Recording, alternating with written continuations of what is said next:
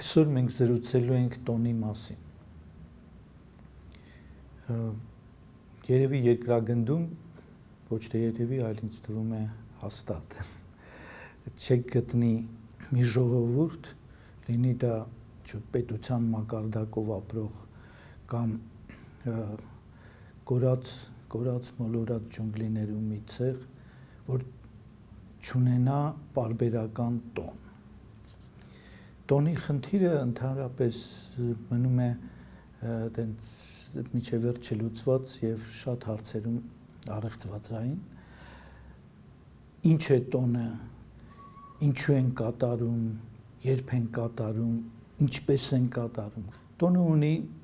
տարբեր գործառույթներ, տարբեր բացատրություններ, մեկնաբանություններ։ Ես այստեղ բոլորի մասին չեմ կարող պատմել, միայն մի ուղղության մասին կպատմեմ, որը ինձ ավելի մոտ է եւ որին հետեւում եմ։ Դա երբեմն անվանում են էներգետիկ մեկնաբանում։ Այսինքն հիմքում ընկած է այն պատկերացումը, որ կամ այն տեսությունը, որ կուտակվում է լարվածություն հասարակության մեջ եւ լիցքաթափելու համար անհրաժեշտ է հենց տոնը դրա համար է անհրաժեշտ է այդ տոնը, որ լիցքաթափում տեղի ունենա եւ հասարակությունը կարողանա շարունակել իր կյանքը։ Միայն մարդը չի, որ կարիք ունի նման լիցքաթափման։ Նկատված է կապիկների մոտ օրինակ։ Շատ հետաքրքիր մի ծես է նկարագրել Ջորջ Շալերը լեռնային գորիլաների մոտ։ Սա կարելի է անվանել տենց անձնական տոն, ոչ թե խմբով է արվում, այլ արուն գորիլան երբեմն էլի պարբերաբար կարիք է զգում մի տարօրինակ ծես կատարելու եւ դրա զոհը երբեմն լինում են տենց անցորդ հետազոտողները կամ այդ կողմերում գտնվող մարդիկ։ Ինչու՞, բայց նա չի հարձակվում իրենց վրա, նա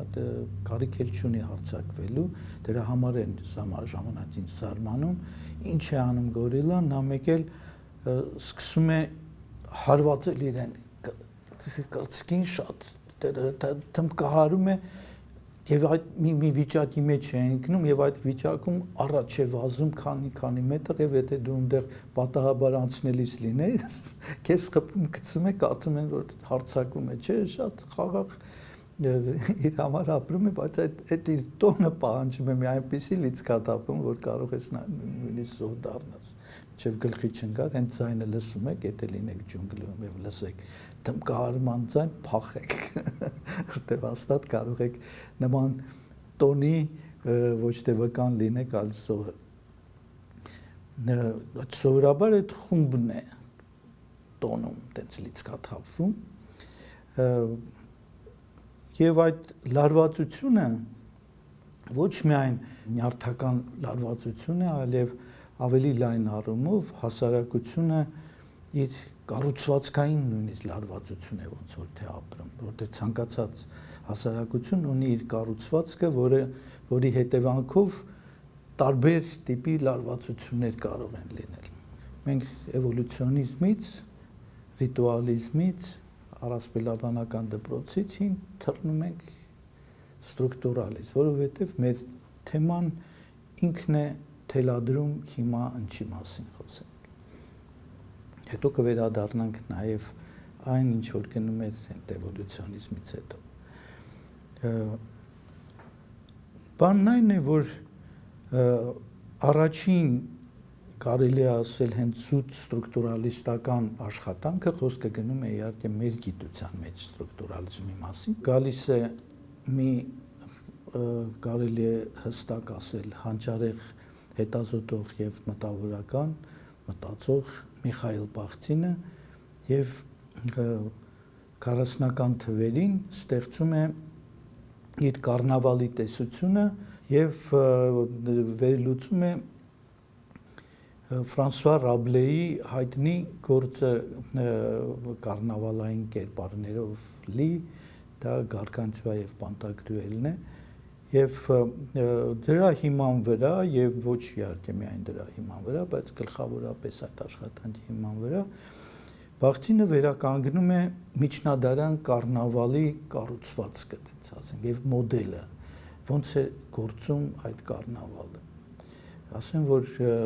մեծ դեր է խաղում,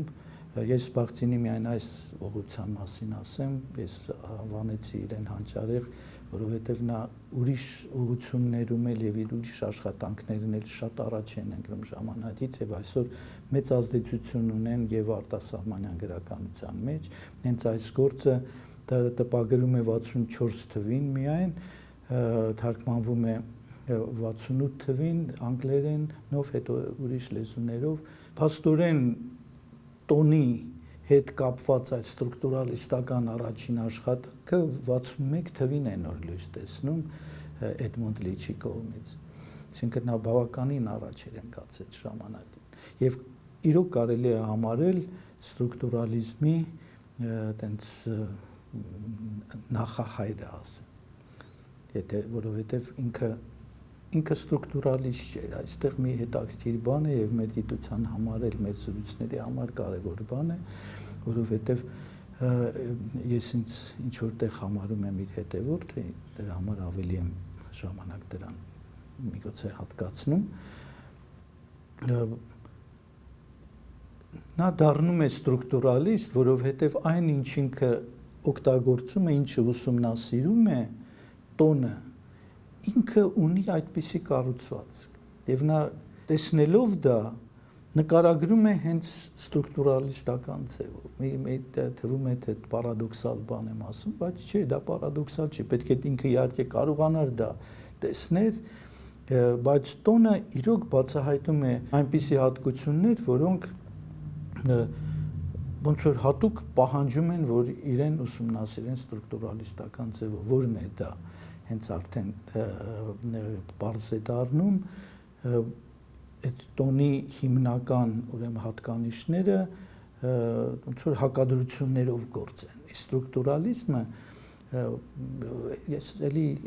կոպիտ եմ ասում ընդհանուր գծերով հենվում է լեզվաբանական ստրուկտուրալիզմից վերցրած մի կարևոր սկզբունքին, դա բինար հակադրություններն են, այսինքն երկակի հակադրություններն են, որոնք այսօր ստրուկտուրալիզմը շատ է քննադատվում, առանձնապես պոստստրուկտուրալիստների կողմից, մենք դրա մասին միգուցե կզրուցենք ապագայում, բայց հիմա անպայման ուզում եմ ասեմ, որ զարմանալիորեն նույն Միխայել Բաղդինը 20-ական թվերին կարելի է ասել առաջ է ընկնում էլի ժամանակից եւ սկզբից ստեղծում է պոստստրուկտուրալիստական աշխատանքներ եւ այդ կարելի է ասել իրենից է գալիս դա։ Այդ տերմինաբանությամբ չէր իհարկե նախ խոսում, որովհետեւ դեռ ստրուկտուրալիզմը չկար, բայց իր Դոստոևսկու նվիրված աշխատանքը հեղափոխական էր նաեւ այդ առումով, նա եւ էլի ասեմ, որովհետեւ այն ինչ նա ուսումնասիրում էր, ուներ հենց այնպիսի հատկություններ, որոնք ուսումնասիրում է պոստստրուկտուրալիզմը, դա այդ պոլիֆոնիկ վեպն է, բաց տեքստի գաղափարն է եւ այլն։ Այսինքն էլի կրկնեմ, շատ բան կախված է նրանից, թե ինչ ես ուսումնասիրում։ Եվ ինձ թվում է նուրբ հետազոտողը այդտեղից է գալիս։ Նա ոչ թե ինչ որ մի իզմին հետևում է եւ ինչ որ տեսնի, այլ դրա այդ աչքերով պետք է տեսնի։ Եվ նման հետազոտողներ մեծամասնություններ, Բաղդինի նման հազիվ թե գտնեք ստրուկտուրալիզմը մի մասին հատուկ խոսելու փոխարեն ես այդ օրինակով կփորձեմ բացել իր որոշ հատկությունները։ Նա վերականգնում է նկարագրելով վերականգնում է միջնադարյան կարնավալը։ Էլի մի անգամից ասեմ, որ այսօր հենց միջնադարադետները Եվրոպայի միջնադարով զբաղվողները երբեմն մեղադրում են իրեն այն բանում, որ նա ավելի գրքից է դուրս գալիս, այլ ոչ թե պատմական ինչ-որ փաստերից, եւ որ դա միգուցե այնց ավելի չափազանցված տեքստ է, քան թե հենց կառնավալներ։ Ասեմ, որ սա ոչ մի նշանակություն չունի, այլ ընդհակառակը, որովհետև Բաղցինը պատմաբան չէր, որ կամ մշակութաբան չէր այսօրվա իմաստով, ազգագրագետ չէր այսօրվա իմաստով, որ դա աներ նա Ֆրեզերի նման, ինչպես Ֆրեզերը ծեսի այդ մենք մեր զրույցում դրա մասին հատուկ արդեն խոսել ենք, այդ ծեսի մոդելն է կառուցում, ինքն էլ կարելի է ասել, որ կառնավալի մոդելն է կառուցում, որը էլի ասեմ մեծ դեր է խաղում նմանատիպ երևույթներ ուսումնասիրելու կամ գոնե տիպաբանորեն նմանատիպ բաներ։ Ինչն է այդ բինար հակադրությունների սկզբունքը եւ ինչպես էր նա նայում կառնավալը ուսումնասիրելիս, առաջինը թե ինչպիսի հասարակություն էր այն ժամանակ եւ ինչն էր իր հիմնական կառուցվածքը։ Ես պատահական չէր որ ասացի, որ հասարակությունը նաեւ կառուցվածքային ճգնաժամ է ապրում, ստրես է ապրում եւ դա էլ պետք է լիցքաթափվի, որ կարողանաս այդ նույն կառուցվածքը պահես։ Այդ կառուցվածքը, եթե այդ բինար հակադրություններով նկարագրենք, դա ուղղաձիգն է, հիերարխիկ ուղղաձիգն։ Եվ գլխավոր հակադրությունը դա վերև եւ ներքևն է։ Լինի դա սոցիալական վերևը եւ ներքևը, թե մարմնային վերևը եւ ներքևը։ Այդ կառնավալի ժամանակ իրենք շրջվում են տեղերով։ Դա հիմնական ոնց որ օրենքը լինի կառնավալի, որը դուրս է բերում Բաղցինը։ Ասեմ, որ միայն շրջումը տալիս է բազմաթիվ հետևանքներ, ինչպես արդեն ասացի, մեկը մենք շատ լավ գիտենք, դրա վրա է կառուցված օրինակ հումորը, ամենապրիմիտիվ հումորը դա երբ որ վերևն ու ներքևը շրջվում են։ Ծիծաղը առաջանում է հաճախ, երբ որ ասենք դու կարող ես ընկնես կամ բանը ծաղրածուն իր ներքևի մասերը մարմնի փոխարինում է վերևի մասերով, որը մեծ զվարճանք է առաջացնում ոչ միայն երեխաների մոտ եւ այդ պտույտը անիվի պես, երբ որ միշտ փոխվում են, փոխվում են գլխավորապես այդ վերև ներքևը, ոնց որ թե լինի կառնավալի բանաձևը։ Բազմաթիվ օրինակներով դա ցույց է տալիս Բաղցինը։ Դրանով է կառուցված նաև շատ հայհոյանքներ, հենց միայն այդ շրջումով, միայն ասեմ այդ միայն ինվերսիան բազմաթիվ բաների է բերում, քանի որ մեր աշխարհը եւ մերալների աշխարհը շատ հաճախ տարբերում են նրանով, որ ինձ հայելակերպ են հանդեպ իրար, այսինքն էլի շրջված են, ապա հենց որ դու մի տոն ես կատարում, որտեղ շրջված բաներն են շեշտվում, բոլոր շրջված բաները ոնց որ թե մագնիսի պես գալիս են։ Եվ պատահական չէ որ կառնավալում կհանդիպեք եւ նմանատիպ տոներում գալիս են մերյալները են աշխարհից, բայց որովհետեւ կառնավալի հիմքում արդեն ծիծաղն է ընկած, էլի շրջվելու հետևանքով, ես այդ ասում եմ հիմա կոնկրետ Բաղցինի ձևով չեմ ասում, բայց այդ փորձում եմ արդեն ստրուկտուրալիստական մոմենտը մտցնեմ,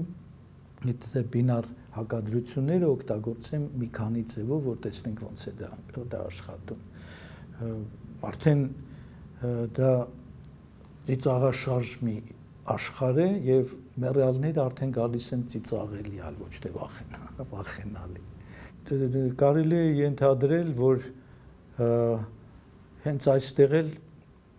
ծագում է սատիրան, երգիծանքը։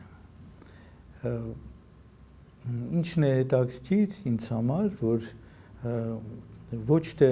հաճախ ենթադրում են, որ այդ սատիրիկ բաներ են անում, երգիծական կողմեր են ցուցաբերում հենց կառնավալային տարբեր երևույթները եւ իրադարձությունները, այո, այդպես է, դա մենք միշտ տեսնում ենք, բայց հետաքրքիրն այն է, ինձ ամենայն դեպս այդպես է թվում, որ դա էլ է շրջվելու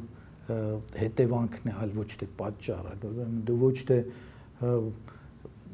երկիծաբար ես մոտենում այն երևույթներին, որոնք ծաղրում ես, այլ այդ երևույթները հենց իրենք են ընկնում այնտեղ, թագավորը պետք է իջեցվի հենց կառնավալի օրենքով, այլ ոչ թե երկիծաբանության օրենքով, եւ այդ ժանրը ծնվում է հենց կառնավալից, տենց ասենք, ոչ թե ես երգիծաբան եմ եւ դրա համար թագավորին վատ ձևով եմ, ծաղրածուի ձևով եմ ներկայացնում։ Դա պրիմիտիվ հումորներն են, որովհետեւ միայն մի քայլի վրա են հենված, որ թագավորը եւ ծաղրածուն փոխվում են տեղերով, հիմնական կետերից մեկն է, երբ արդեն մենք խոսել ենք դրա մասին, երբ Ֆրեզերի մասին ենք խոսում, եւ ծիսական դպրոցի, ծիսաբանական, առասպելաբանական եւ ծիսական դպրոցի մասին, ապա սրբազան թագավորի սպանությունը, ծիսական սպանությունը կամ սիմվոլիկ սպանությունը տեղի է ունենում հենց կառնավալային միջավայրում շատ դեպքերում։ Այսինքն, տեսեք, միակ բանը դուք փոխում ես, ինչքան մշակութաբանական կողմեր կարող ես դուրս բերես միայն այդ հասարակ ինվերսիայով եւ որը պահանջում է հենց բինար հակադրություն։ Իսկ ինչն է այստեղ կարևորը, որ հենց կառնավալը դու ոչ թե փնտրում ես, որ գտնես այդ բինար հակադրությունները, այլ դրանք հենց կան։ Քեզ մնում է միայն տեսնել եւ ձևակերպել եւ հետազոտել։ Բախտինը նույն ձևով նայում է եւ ռոմեական սատուրնալիաները, դի չխորանալով ասեմ միայն, որ այնտեղի հասարակությունը իսկույն արտացոլվում է այնտեղի շրջման վրա։ Այս դեպքում էլ Սատուրնալիայի ժամանակ միայն մի օրինակ բերեմ, տերերը եւ ծառաները, ստրուկները փոխվում են տեղերով։ Հայկական իրականությունում մենք ունենք բարեկենդանային ծեսեր, որոնք նույն կառնավալն է։ Կառնավալը, գիտեք,